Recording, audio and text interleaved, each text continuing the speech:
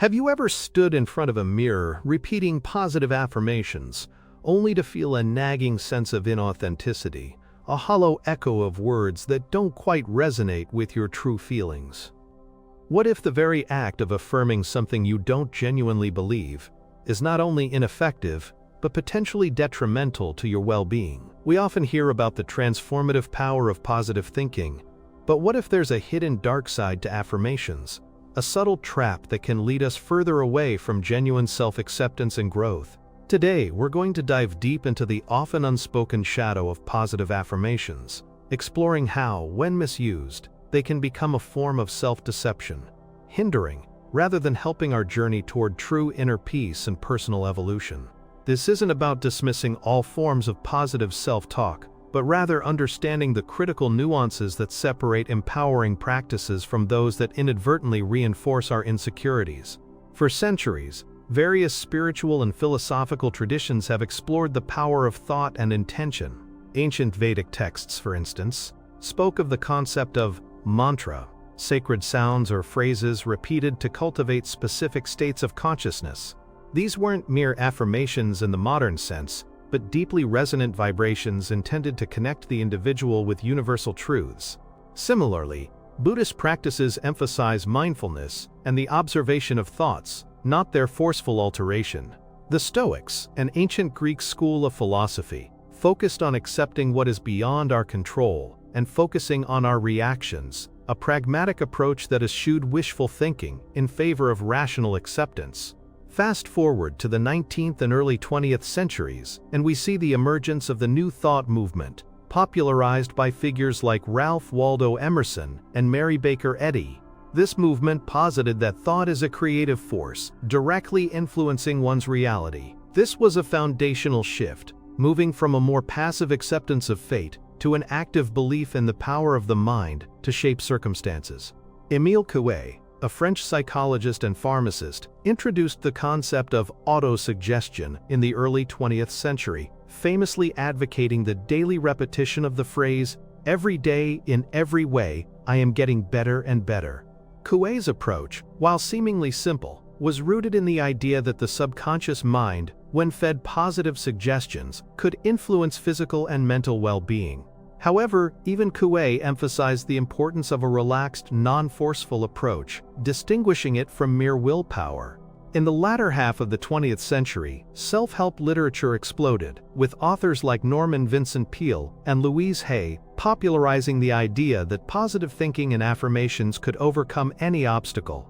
Peale's The Power of Positive Thinking became a bestseller, advocating for a relentless focus on optimistic thoughts. Louise Hay, with her book You Can Heal Your Life, took it a step further, suggesting that physical ailments were often rooted in negative thought patterns and could be healed through affirmations. This era cemented the idea of affirmations as a cornerstone of personal development. However, amidst this widespread adoption, a critical element often got lost: the distinction between genuine belief and forced intellectual assent. The original wisdom of mantra and autosuggestion contained a subtle understanding of the subconscious and its resistance to ideas that conflict with deeply held beliefs. The modern interpretation, often stripped of this nuance, frequently presents affirmations as a quick fix, a magical incantation that bypasses the complex inner landscape of an individual. This historical journey reveals a progression from ancient holistic practices rooted in spiritual understanding to a more secular, often simplistic application of positive thought, setting the stage for the potential pitfalls we observe today. The core issue with many popular applications of positive affirmations lies in what psychologists call cognitive dissonance. This is the mental discomfort experienced by a person who holds two or more contradictory beliefs, ideas, or values. When you repeatedly affirm something you don't genuinely believe, your conscious mind is saying one thing, while your subconscious mind, which holds your deep-seated beliefs, experiences, and self-perceptions, is saying another. For example, if you're struggling financially and you repeatedly say, "I am rich and abundant," but your bank account and daily reality contradict this, your brain registers this as a lie. This dissonance doesn't create abundance, it creates internal conflict, stress, and often a deeper sense of self-deception. Instead of feeling empowered, you might feel more disheartened, a failure for not being able to manifest what you're affirming. This can lead to a phenomenon known as the backfire effect. Research, such as a study published in the journal Psychological Science by Joanne Wood and her colleagues, found that positive self-statements can actually be detrimental for individuals with low self-esteem. Their findings suggested that people with low self-esteem who repeated positive self-statements felt worse than those who did not. The researchers theorized that for individuals who already struggle with their self-worth, affirmations that are too far removed from their current self-perception can highlight the discrepancy, making them feel even more inadequate. It's like telling someone who is severely depressed to just be happy. The advice, while well-intentioned, is not only unhelpful, but can be invalidating and deepen their sense of isolation and failure. Another significant problem is the bypass of genuine emotional processing. Affirmations, when used as a quick fix, can become a way to avoid confronting uncomfortable emotions or underlying issues. If you're feeling anxious about a presentation and you simply repeat, "I am confident and calm," without addressing the root cause of the anxiety, you're essentially papering over the cracks. True healing and growth often require acknowledging and processing difficult emotions, understanding their origins, and developing coping mechanisms. Affirmations can inadvertently encourage emotional suppression, creating a superficial layer of positivity that prevents deeper introspection and genuine resolution. This can lead to a cycle where the underlying issues remain unaddressed, resurfacing repeatedly, often with greater intensity. Furthermore, the constant need to affirm can create a dependence on external validation or a rigid self-image. If your sense of worth becomes tied to the success of your affirmations, any perceived failure can be devastating. This can foster a fragile ego, constantly needing reinforcement rather than developing an intrinsic sense of self-worth that is independent of external circumstances or outcomes. The pressure to be positive all the time can also lead to toxic positivity, a phenomenon where individuals deny or minimize negative emotions, both their own and others, in an attempt to maintain a relentlessly optimistic facade. This can be incredibly isolating and prevent authentic connection, as people feel they cannot share their struggles without being met with platitudes. Consider the example of someone struggling with body image. If they constantly affirm, "I love my body," but deep down they harbor significant self-loathing, the affirmation becomes a performative act rather than an internal truth. This doesn't magically transform their perception. Instead, it might reinforce the internal conflict, making them feel like a failure for not genuinely embodying the affirmation. A more effective approach would involve exploring the roots of their body dissatisfaction, practicing self-compassion, engaging in activities that promote body neutrality or appreciation, and gradually shifting their internal narrative through small, believable steps. Similarly, for someone experiencing financial hardship, simply affirming "I am rich" without any tangible action or shift in mindset can be disempowering. It can foster a passive expectation rather than inspiring proactive steps towards financial literacy, budgeting, or seeking new opportunities. True abundance often stems from a combination of mindset, strategic action, and a willingness to confront financial realities. The quantum consciousness perspective, while often used to support the power of positive thinking, also offers insights into why ungrounded affirmations can fail. Quantum physics suggests that observation plays a role in shaping reality, and consciousness is not merely a passive observer, but an active participant. However, this isn't a simple "think it and it will be" mechanism. It's far more nuanced. If your subconscious mind, which is arguably a deeper level of your consciousness, holds a strong, negative belief about yourself or your capabilities, then your conscious affirmation, if it's not truly integrated, is like a weak signal trying to override a powerful broadcast. For genuine manifestation or transformation to occur from a quantum perspective, there needs to be coherence between your conscious intention, your subconscious beliefs, and your emotional state. If these are misaligned, the signal you're sending out is muddled and contradictory. The universe, or the quantum field, doesn't respond to mere words. It responds to the totality of your energetic signature, which includes your deepest beliefs and feelings. Therefore, an affirmation that feels like a lie creates a discordant energy, pushing away what you claim to desire. So, how can we navigate this complex landscape? The key lies in understanding the difference between genuine intention and forced denial. Instead of affirmations that feel like a lie, consider using aspirational statements or process-oriented affirmations. An aspirational statement acknowledges your current reality while gently nudging you towards your desired state. For example, instead of "I am rich," you might say, "I am learning to manage my finances wisely and attract opportunities for abundance," or "I am open to receiving financial prosperity." These statements are more grounded in reality and focus on the process of growth rather than a sudden, unbelievable shift. They reduce cognitive dissonance because they don't directly contradict your current experience, but rather express a desire for future improvement or a commitment to a process. Another powerful alternative is incantations, as described by Tony Robbins. These are affirmations infused with strong emotion and physical movement. The idea is to engage not just the mind, but also the body and spirit, creating a more holistic and powerful declaration. However, even with incantations, the underlying belief must be present or at least cultivated. If you're shouting, "I am confident," but your body language and internal state scream insecurity, the incantation might feel performative rather than transformative. The emphasis should be on embodying the feeling, not just repeating the words. Self-compassion is also a vital component that is often overlooked in the rush to, quote, "be positive." Instead of forcing yourself to believe something you don't, practice radical acceptance of your present state. Acknowledge your fears, insecurities, and struggles without judgment. This creates a foundation of self-acceptance from which genuine growth can emerge. Kristen Neff, a leading researcher in self-compassion, advocates for treating yourself with the same kindness and understanding you would offer a good friend. This involves recognizing your suffering, understanding that suffering is part of the human experience, and offering yourself warmth and care. From this place of acceptance, you can then gently guide yourself towards positive change, rather than trying to bully yourself into it with unrealistic affirmations. Furthermore, focus on evidence-based affirmations. These are affirmations that you can genuinely find some evidence for in your life, even if it's small.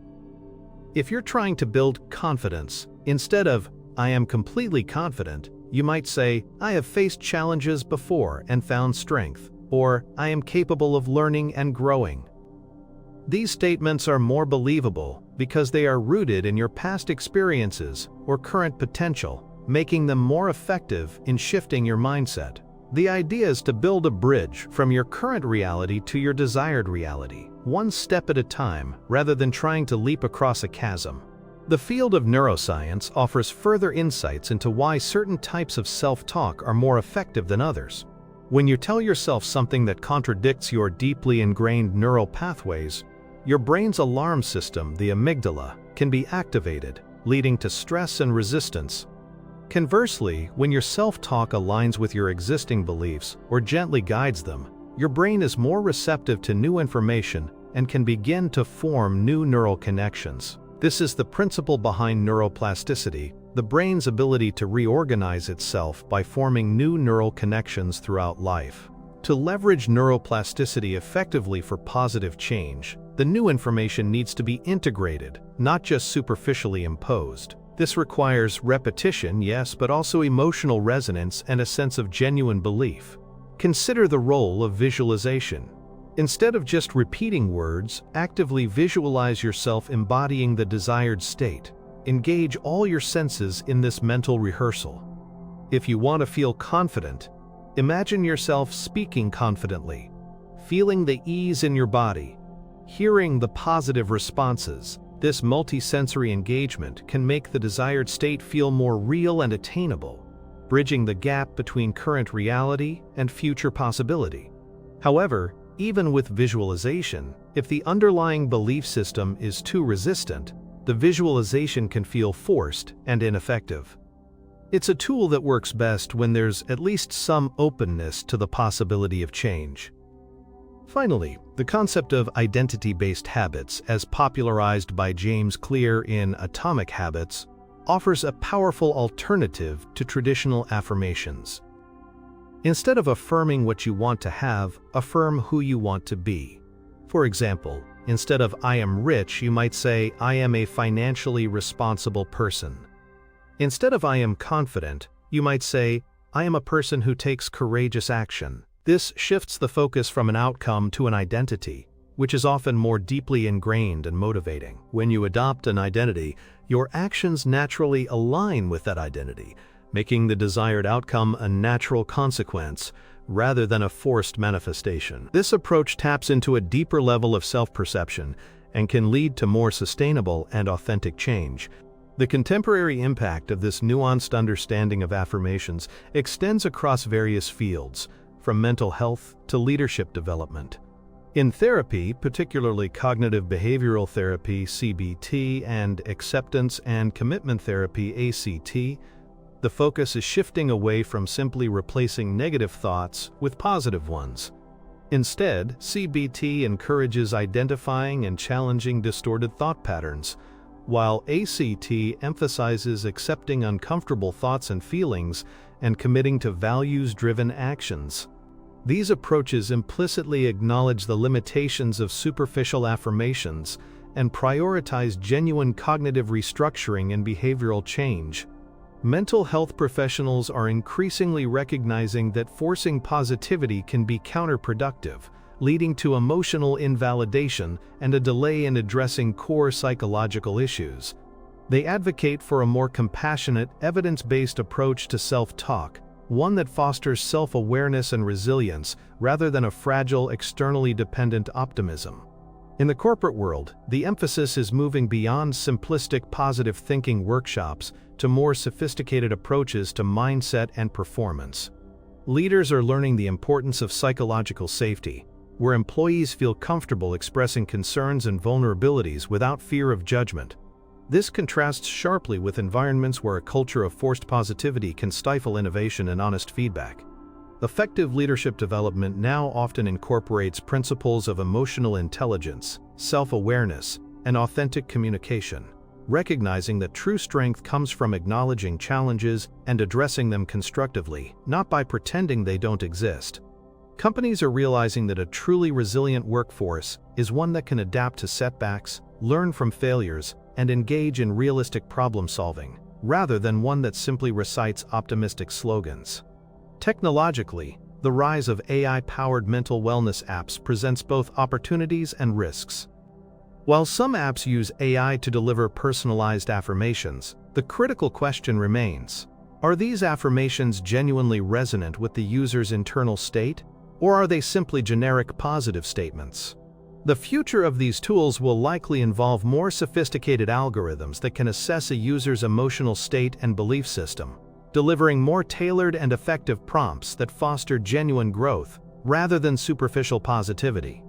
Imagine an AI that can analyze your journaling entries or voice patterns to identify underlying limiting beliefs, and then suggest aspirational statements that are just challenging enough to promote growth, but not so far-fetched as to cause cognitive dissonance. This would represent a significant leap forward from the current, often one-size-fits-all approach.